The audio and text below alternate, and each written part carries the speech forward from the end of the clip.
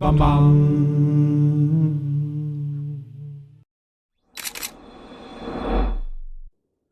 Donc, il a fait ça aller tellement vite. Je tombe, en tombant, je me pète la hanche et le genou. Et Est-ce que tu n'as pas essayé de courir quand tu as reçu le premier coup de couteau? Essayer de fuir, peut-être? ça allait tellement vite, c'était d'une violence. J'ai jamais été violenté de la sorte. C'était pas un seul mot, il m'a pas dit un seul mot. Il m'a juste tenu. C'est-à-dire, il m'a tapoté. Une fois, il m'a tenu. Tu as été retenu Et par... j'ai été retenu. J'ai essayé, c'est quand j'ai vu le troisième coup de couteau arriver, où j'ai levé mon bras et vraiment soulevé tout complètement pour éviter de me prendre un coup de couteau ici. Parce que sous les poumons qu'il m'a eu, déjà, c'était de grâce. Je l'ai évité, je l'ai échappé belle même. Parce que s'il me touchait les poumons, j'allais pisser le sang. Je n'allais pas me relever de ça. Ok. Donc, quand je lève le bras, j'essaie de me débattre parce que sur le coup, c'est une réaction de ton corps. Ouais, c'est automatique. Tu Tu ne- te sens attaqué, tu te dis Ouais. pas, c'est automatique. Et quand je suis tombé, j'ai pas compris ce qui s'était passé. J'étais au sol. Et je sais pas si j'ai perdu connaissance, je sais vraiment pas. Mais quand j'ouvrais les yeux, c'était assez flou, assez blurry. Je voyais quelqu'un habillé en rouge, avec des gants bleus, qui se tenait devant moi. Il faisait 2 pas en venant vers moi. Puis il s'est arrêté. Il s'est tourné. Il a commencé à trottiner. Il courait pas. Il ne courait pas. C'est-à-dire, il a commencé à trottiner. J'étais au sol, en train de le voir partir. Et moi, je comprenais pas ce qui venait de se passer. Parce que je te raconte comme ça, là, je te raconte tout ça. Mais sur le coup, c'était, je me tiens à l'épaule et je suis au sol. Mon cerveau ne comprenait pas ce qui se passait. Et je n'avais pas encore compris que je m'étais fait poignarder. Je n'avais pas encore compris que, Tu as perdu beaucoup de sang. oui, j'avais rien compris. Et quand je le vois partir, je reviens un peu, je me dis, mon adrénaline me monte à la tête. Je me lève avec mon bras gauche, parce que mon bras droit, je le sentais pas encore, mais je me lève avec mon bras gauche. Je vois une personne toujours en train de trottiner, mais chill. Mais alors, chill dessus chill, parce que l'officier de police, plus tard, me disait qu'elle était assez traumatisée par le fait qu'il n'a pas couru. Il trottinait, il avait l'air très joyeux. Tu as vu comme quand un enfant fait une bêtise et tu le poursuis, il est très joyeux. Et moi, je me lève, je le vois en train de partir. Je crie, oh, oh, parce qu'il était assez loin, il s'en allait déjà. Et là, moi, je comprends pas. Et là, il se retourne, il me voit, il a l'air surpris. Là, il se retourne complètement, il fait 2 pas en s'avançant vers moi. Et moi, je suis choqué parce que je me dis, ah, mais lui, qu'est-ce qu'il fait là, lui? Et j'ai toujours mal, mais mon cerveau ne capte pas encore. Et c'est là où il avance vers moi. Après, il arrête. Il se tourne, se met encore à trottiner. Et moi, je me dis, mais je vais le poursuivre. Sur le coup, mon adrénaline est vraiment à fond. Je vais le poursuivre. Après, je regarde, je sais que j'ai mal, je regarde mon bras. Je regarde d'abord ma chaussure, j'avais une Stan Smith blanche. Je regarde ma chaussure, je vois du sang dessus. Je dis, ah merde. Je regarde mon bras parce que j'avais une doudoune d'hiver, tu connais. Et je vois le sang qui coule de mon bras. Tu as été poignardé à travers ta doudoune. Oui, Tu as été sérieusement blessé. si. C'était comme le couteau dans du beurre.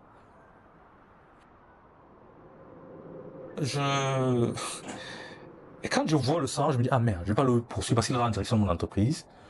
Et là, je prends un peu, je me dis, ah merde, il m'a planté. Et là, directement, je ressens instantanément les douleurs, le froid, tout. Et je ressens ma hanche directement qui vacille, je ressens mon genou qui... C'est là que je me rends compte que, ah merde.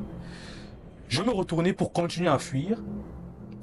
Et en me retournant, ma hanche, mon genou, ça tout lâche. Je m'écroule.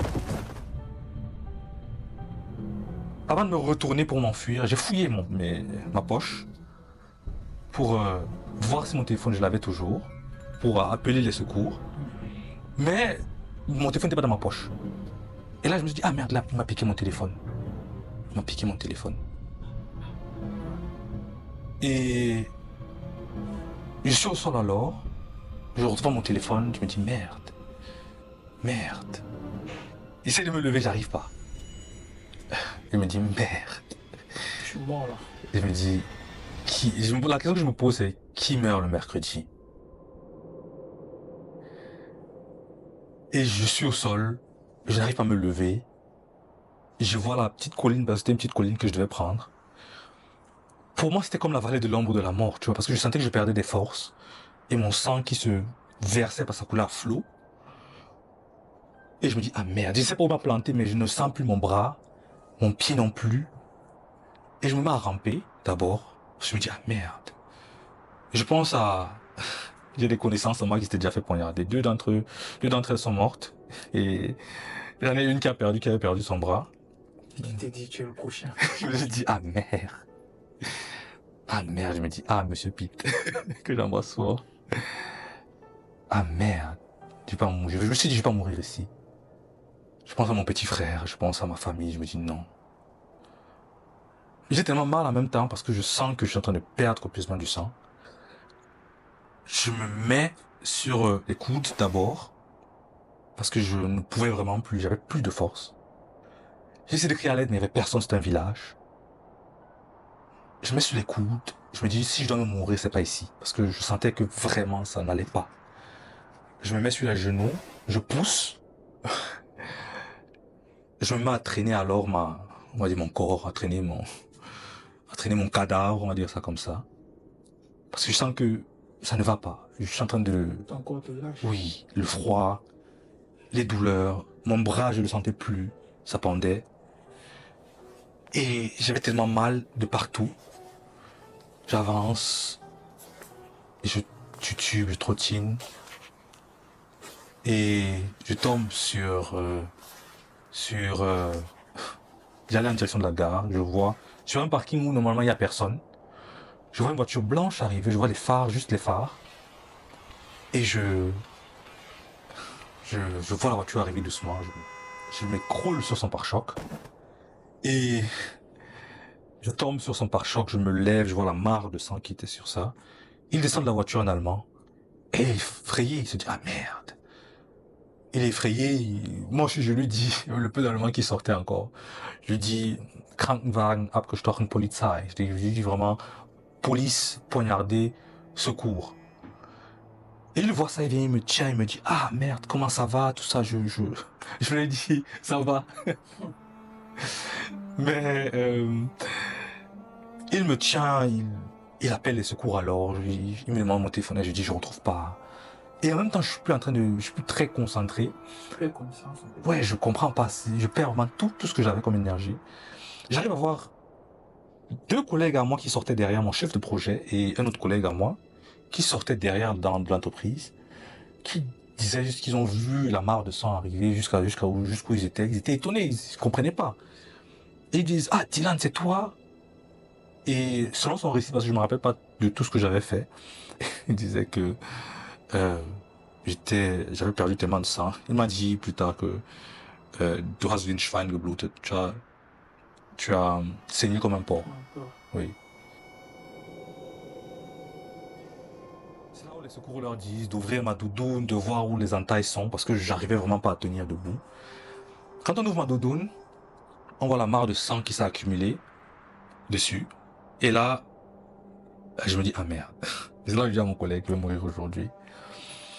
J'ai dit alors à celui qui m'a trouvé, s'il a un téléphone, s'il te plaît, est-ce que je peux faire une vidéo?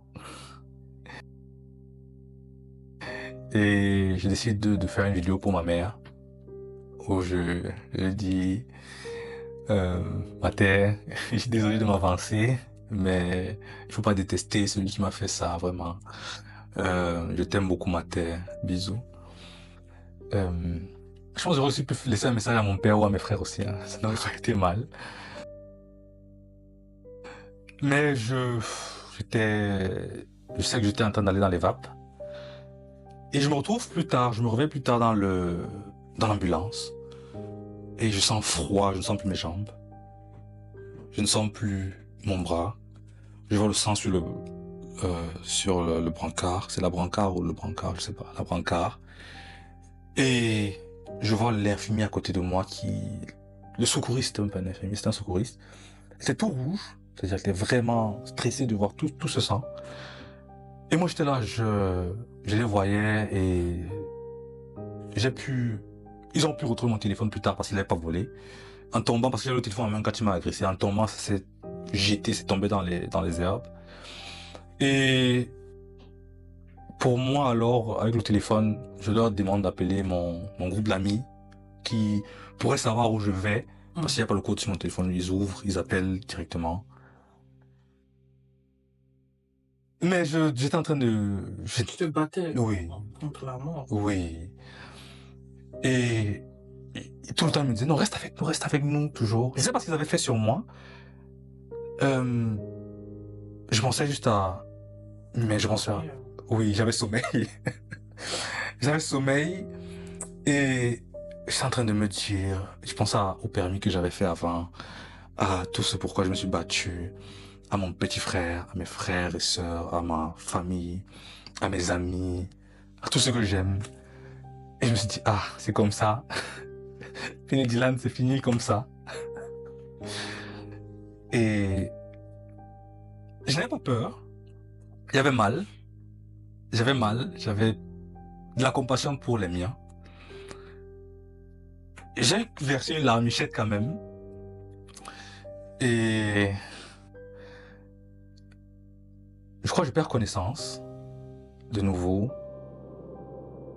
Je me reviens à l'hôpital. Et je ne sais plus trop comment ça se passe. De grâce, l'hôpital dans lequel j'ai été transféré, on finit par donner l'information à mes amis.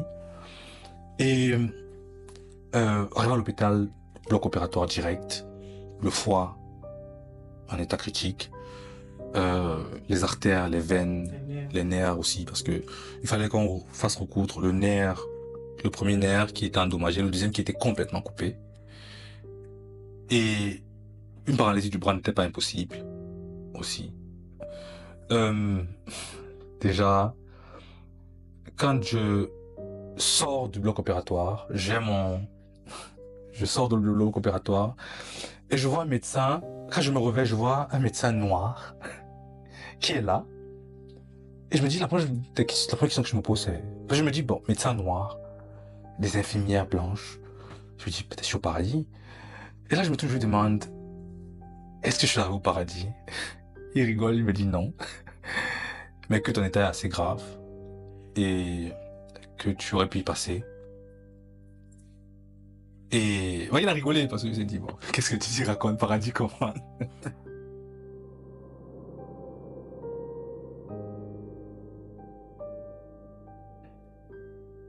Est-ce que tu as senti, ou bien tu t'es senti mourir ce jour-là? Je vais pas te dire que je me suis senti mourir. Je me mourais déjà. Est-ce que tu peux dire aujourd'hui qu'il a voulu te tuer? Je pense que il a dit plus tard au tribunal que je pense que je pourrais le raconter plus tard. Il a dit au tribunal il venait pour me parler. Maintenant, Avec un couteau. est-ce qu'on parlait avec un couteau, je ne sais pas. Je pense que si tu sors le couteau, tu me la mets au niveau de la gorge. Une fois, ça peut être un accident ou un incident. Si tu as réussi à rentrer, sortir 6 fois, à mon avis, tu ne venais pas me dire de m'inscrire sur les listes électorales. Je pense pas que tu venais me dire, comme tu vois là, il faut qu'on parle. Après ton agression, est-ce que tu as ressenti ou bien tu as vécu une scène ou un acte d'empathie de sa part? Ou une image peut-être qui te revient de lui regrettant peut-être son geste. Parce que si on se rappelle, tu as directement regretté ton geste de lui avoir versé du vin. Mais est-ce que ce moment-là, tu as eu une image de lui ou même un pas. geste qui montrait de l'empathie ou bien qu'il regrettait ce qu'il venait de faire?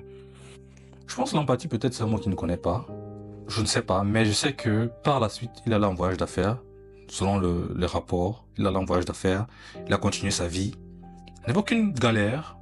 Parce que déjà avant de m'attaquer, dans sa voiture, il travaillait dans sa voiture. Il a fait du télétravail dans sa voiture. Donc il était préparé. Il a pris la route 1h30 de chez lui pour arriver, préparé. Et à aucun moment il a regretté, fait son geste, on n'a pas parlé. Il s'est retourné, il est parti. Après ça, aucun geste. Rien du tout.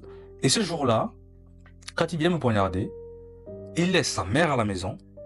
Sa mère en Allemagne? Si, sa mère est à la maison. Il la laisse à la maison. Le matin, il sort. Il vient, il change la plaque, il s'apprête comme il s'apprête. Il vient, il commet son forfait, il rentre à la maison. C'est-à-dire, comme il est à la poste, Comme une journée au travail, quoi. comme une journée au travail, maintenant, je me dis, si, je ne sais pas de quoi il s'agit, je ne sais pas ce qu'ils vivent chez eux, je ne sais pas comment ils procèdent chez eux, je ne dirais pas non plus, je ne veux pas tirer de long en large, pour moi c'est de la sorcellerie. Le vouloir me tuer, le fait de le faire avec autant de plaisir, D'être cagoulé, d'être masqué, d'être... sans empathie, et de ne même pas fuir après l'avoir fait, de presque marcher. Oui. Et je pense que, je vais dire ça comme cela, je me dis, si j'ai une personne dans le judiciaire, si je connais une personne dans le judiciaire, si ma mère était professeure de droit à soi, je pense que peut-être je pourrais me le permettre aussi. Je ne sais pas. Parce qu'à t'entendre parler, on peut dire qu'il a même presque ressenti du plaisir de l'avoir fait. Je pense que, je ne sais pas s'il a ressenti du plaisir, mais moi j'ai pas ressenti de plaisir. C'est vrai, ça c'est clair. Donc, c'est un peu ça. À l'hôpital, je n'ai pas pu. J'étais vraiment dans la paranoïa totale, la crainte, parce que je me suis dit j'ai échappé belle. Mais les résultats étaient mauvais. J'avais perdu de ma mobilité. J'avais des douleurs atroces. C'est là où a débuté l'enquête. Initialement, tentative de meurtre. Par la suite, tentative d'assassinat.